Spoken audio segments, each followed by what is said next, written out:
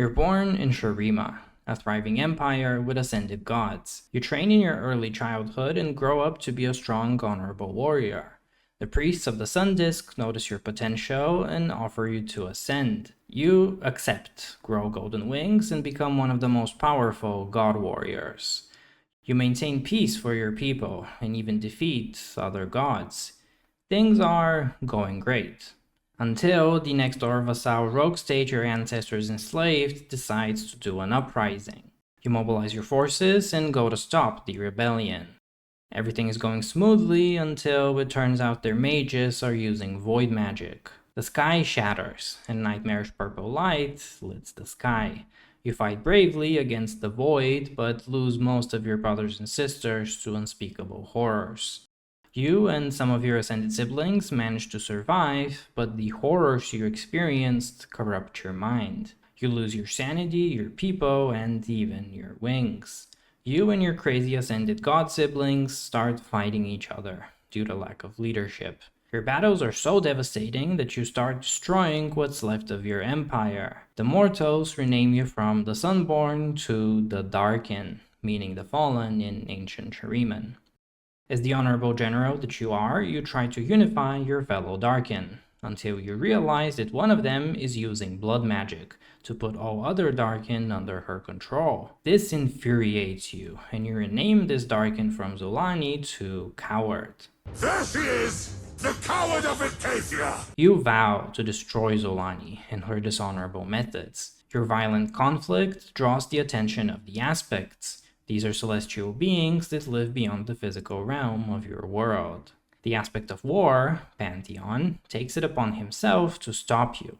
And he does. He seals you in your sword for all of eternity. You live in a torturous existence for hundreds of years, until a random guy finds your sword. As soon as he touches your sword, you use your blood magic to possess him. Something doesn't feel right though. He's too weak to be your host. Fearing your new body wouldn't last long, you go to a neighboring town and start slaughtering everyone to find a better host. This also doesn't work out, and for years you possess man after man, killing thousands of people. Eventually you realize that you cannot go back to your original ascended form. This makes you even more depressed, so you decide, if you can't be truly free, then no one can. You vow to destroy everything in existence. If everything is destroyed, then you can't be sad anymore. So you gather a massive army and start your apocalyptic journey with Demacia. You are greeted by its twin protectors, Ko and Morgana. You attack from the sky and manage to defeat both of them, or so you thought. As a last resort, Morgana taps into her dark magic and chains you to the ground, leaving you open to her sister's holy blast. They defeat you. After getting slammed by Morgana and Ko, you remember that you also had beef with Pantheon, so you march towards Mount Targon. When you reach the summit, you confront the Aspect of War. Your rage and need for vengeance ignites your power, and you do the unthinkable. You stab Pantheon in the chest, something that was believed to be impossible. As Pantheon draws his last breath, the constellation of war in the night sky disappears. The host of the Aspect, Atreus, is still alive though, and spits in your face. You leave him to die from his wounds. After some time passes, and after unaliving many barbarians, you notice that Atreus has fully recovered. He is holding Pantheon's spear and shield. You laugh in his face and bring him down to his knees to humiliate him. This, however, was a big mistake. Atreus drew the last of the remaining power of the Aspect of War and severed the arm with which you carry your sword. You are defeated once again. Small side note, some interesting trivia is that Aatrox is most likely left-handed. In League, he wields his sword with his right hand. However, in most splash arts and art, Aatrox is seen carrying his sword with his left hand. His left arm is also visually different from his right arm. This is most likely because Atreus sliced his left arm off and it never fully recovered. This is also why Aatrox now wields his sword with his right hand. Some time passes and you gain a new host. You start rampaging north this time, in the Freljord. As you fly over a snowstorm, you notice a group of barbarians. They also notice you, and mistake you for their horned god, the Iron Boar.